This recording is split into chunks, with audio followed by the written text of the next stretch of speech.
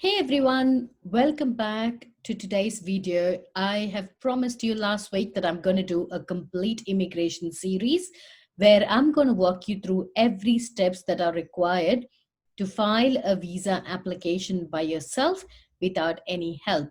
So this series will help you to get all the information that is required step by step in complete immigration processing, right from checking your eligibility until you file your visa, get your grant, and move to Australia. So if you have not subscribed to the channel, make sure to hit the subscribe button so you get the notification in your inbox when I post new videos about the entire immigration series in the forthcoming weeks. So without much delay, let's get started with today's video where you can check your eligibility to migrate to Australia in less than 5 minutes, all by yourself without asking an expert. So let's get started.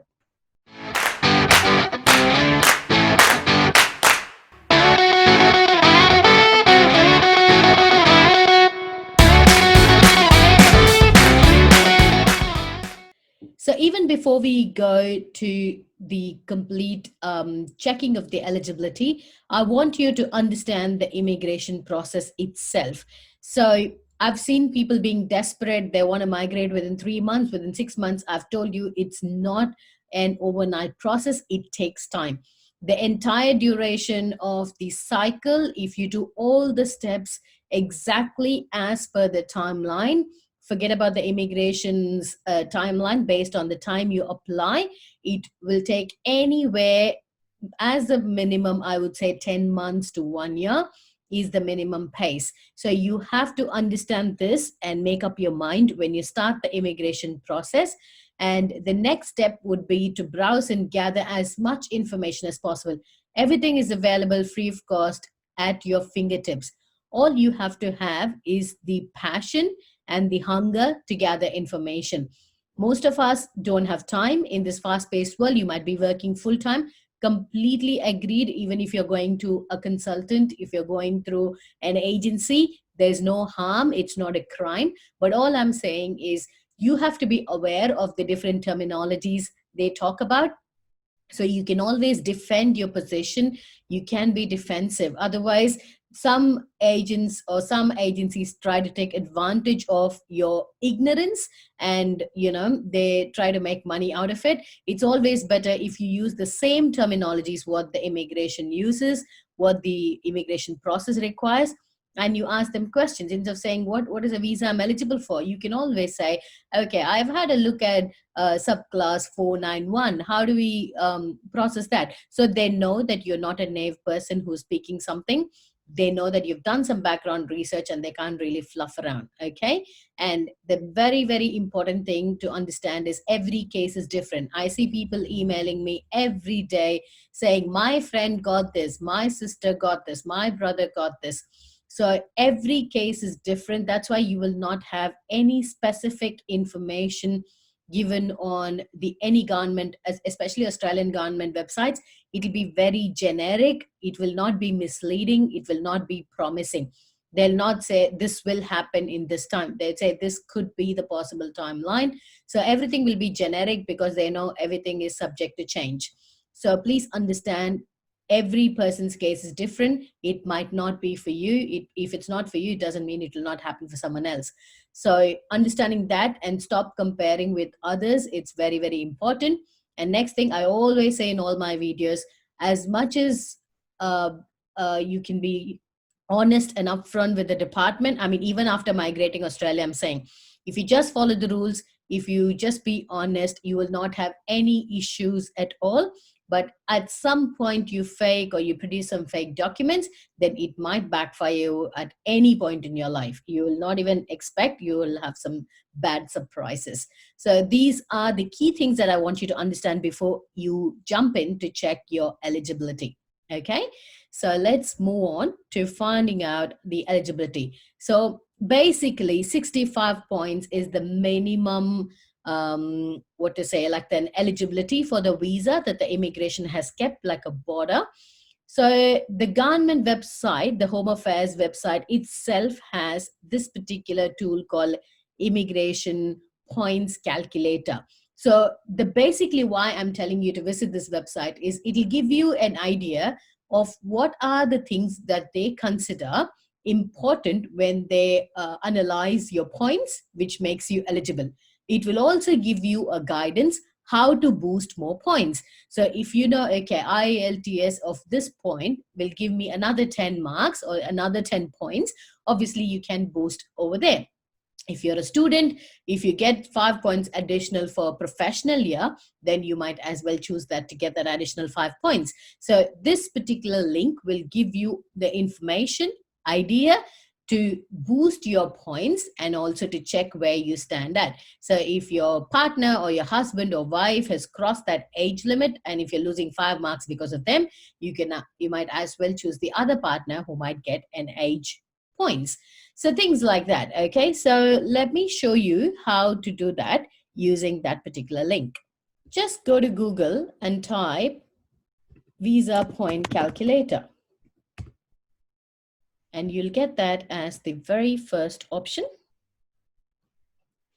And you can see here, you can choose the type of visa that you want to migrate. If you have no understanding of what these visas are, just copy them, put it in Google and type it, okay?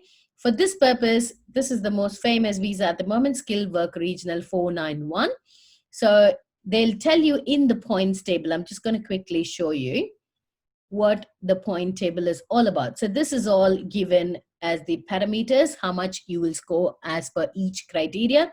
If you take age, if you're between 18 to 25, you get 25 points. If you're at least 25, between 25 to 33, you get 30 points. So the maximum you can get for age is 30. The maximum you can get for English is 20, okay? So if you don't understand what is competent English, proficient English, click on the English language skills. It'll take you to a table where it'll tell you functional English. So superior, if you click on superior, then it'll tell you IELTS at least 8 in each bands. And if you're taking PTE, at least 79. So everything is hyperlinked. So make best use of it. So this is the point table where it'll give you all the information that you need. So it's very hard to calculate based on this. So we're going to do it this way. So what age band do you fit in? Say, for example, I'm going to be 25 to 33. And English proficiency, if you're just going to have competent, then you don't score any marks. You get 0 for this. We'll check it at the end. So skilled employment experience. So if you have any overseas experience, less than 3 years, you will choose this. At least 5 to 8, you get some points, at least 8. So this is the maximum. So I'll go with moderate. And if you have any experience in Australia, you choose them. Otherwise, you just say less than 1 year. So educational qualifications, a doctorate gets highest, and then you have bachelor. So I'm very, it's like you don't have anything for masters. Either it's a bachelor's or a straight up doctorate. So let me choose bachelor's and at least 1 degree diploma from Australian Institute. So if you don't have one, just say no. And if you have a master's by research or a doctorate, then you say no if that's a case. So this is the NATI exam, so accredited community language. I'm going to have a separate video on that, so wait for it. So if you don't have one, just choose no. And if you're a student, if you've studied in regional Australia, I've done a separate video about how to get PR with the student visa. So I've mentioned this point in greater detail. So check that out if you're keen. So partner skills. So this is interesting. Right now, they've given 10 points straight for single. So if you're single, you get 10 points straight. Or if you have a partner who's an Australian citizen or PR, you get 10 points straight. Or if you have a partner and, if they can manage to get competent English skills, then you get 5 points. And if they also get a skill assessment about for a specific occupation in the same skilled occupation list that you have, then she scores 10 points. In this case, you have to choose one or the other. So I might as well choose competent English. And if you do a professional year, like I mentioned, then you say yes or no. So if you have a state sponsorship already, or if you have a relative sponsored, then you get 15 points for that. So in this case, I'm going to say not applicable. We're just going to go with very basic stuff. So I get 60 points. So I have to somehow manage to get 65 to actually be eligible to apply. So I'll know where I have to work on. I could write an English exam and score 10 points. I could write a community NATI exam and score 5 points. If I get state sponsorship, obviously on 491, I would have that. I'll get 15 points, which makes it 75 by default. Okay. So this will definitely help you to understand the complete eligibility criteria to migrate. So this is like the very first step that you do even before you think of migrating. You can know by yourself whether you're eligible or not. And each of the other steps in immigration will go through in the following weeks, in the forthcoming videos. The same type of immigration and lifestyle information, if you're interested in Tamil, I've got a separate channel called Priya's Aussie Tamil channel. So check that out. And if you like the contents that are shown in this particular channel, make sure to hit the subscribe button. You can follow me on Instagram where I post regular contents about immigration and motivational contents.